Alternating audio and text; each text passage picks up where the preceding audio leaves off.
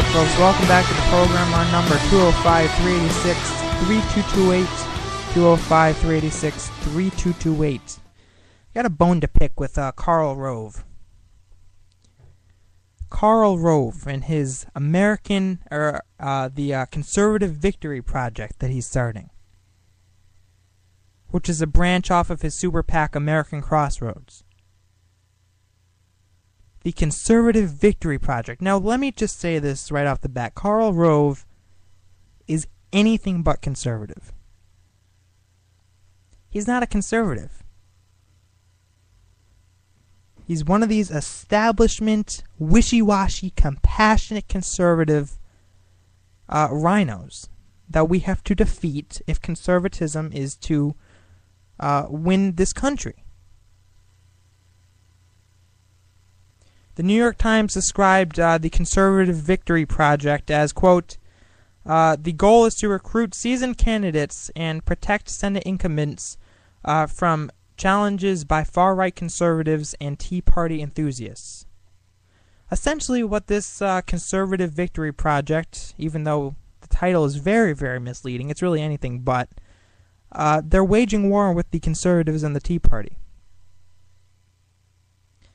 There is a war going on between the Tea Party and the establishment Republicans.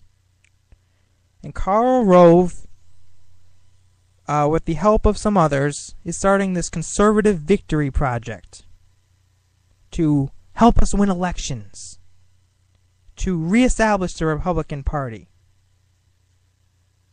He's fighting for establishment Republicanism, not conservatism.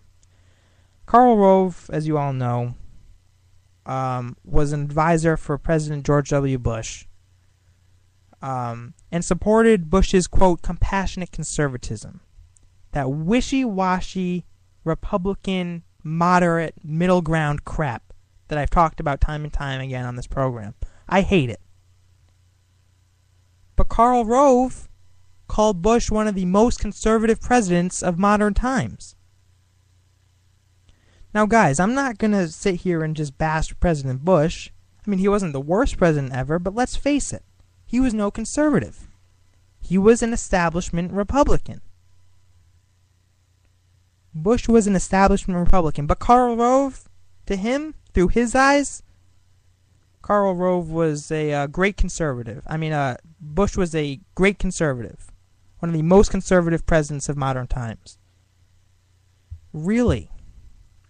In 2001, Bush's first year in office, the Department of Education spent $43.18 billion in 2008 dollars. By 2008, it spent $65.96 billion, an increase of more than 50% on the Department of Education. Now, what did Bush and Rove get for their compassionate investment of other people's money? In 2002, public education 8th graders earned an average score of 263 out of 500 on the Department of Education standardized reading tests. In other words, they did bad.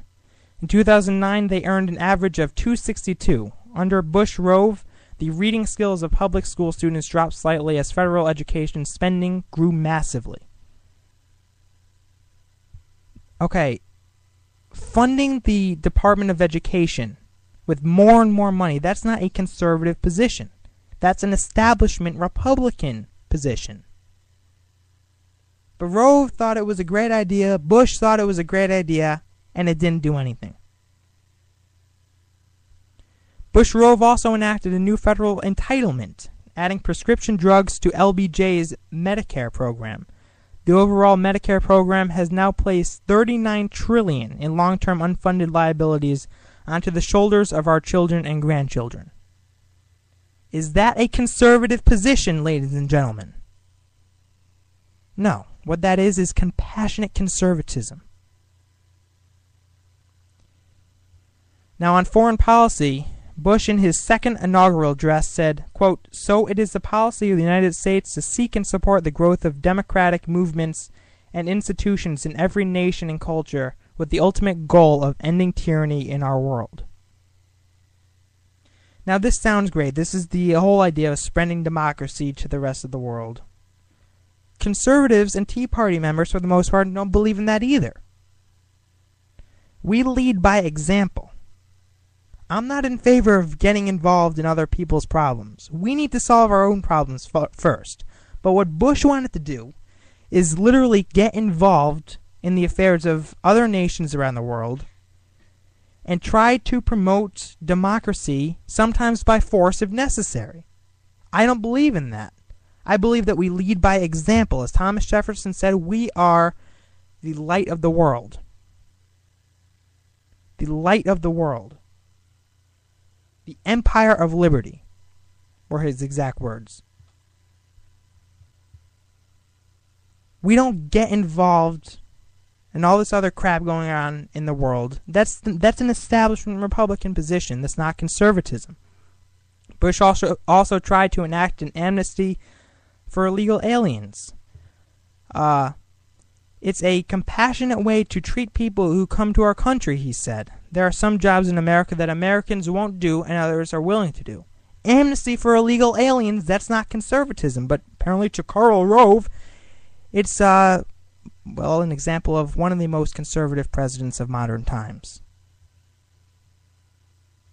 And then finally, he also tried to give his White House counsel, Harriet Miers, one of the 9 votes on the Supreme Court.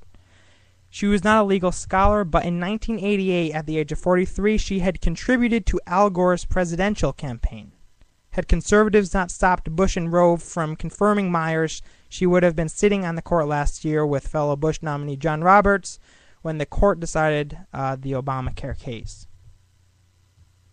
So appointing people who supported Al Gore. Is that what we're talking? Is that conservatism, ladies and gentlemen? Who the hell nominated Karl Rove to be the head of the Republican Party? He's not our leader. He's not a conservative. The fact of the matter is, we have the Tea Party to thank for winning the House in 2010. The Tea Party, not the establishment Republican, ladies and gentlemen. People like Marco Rubio. Those are the kind of Ted Cruz. Those are the kind of people that we need in office. Not Mitt Romney. Not these wishy-washy, compassionate conservatives.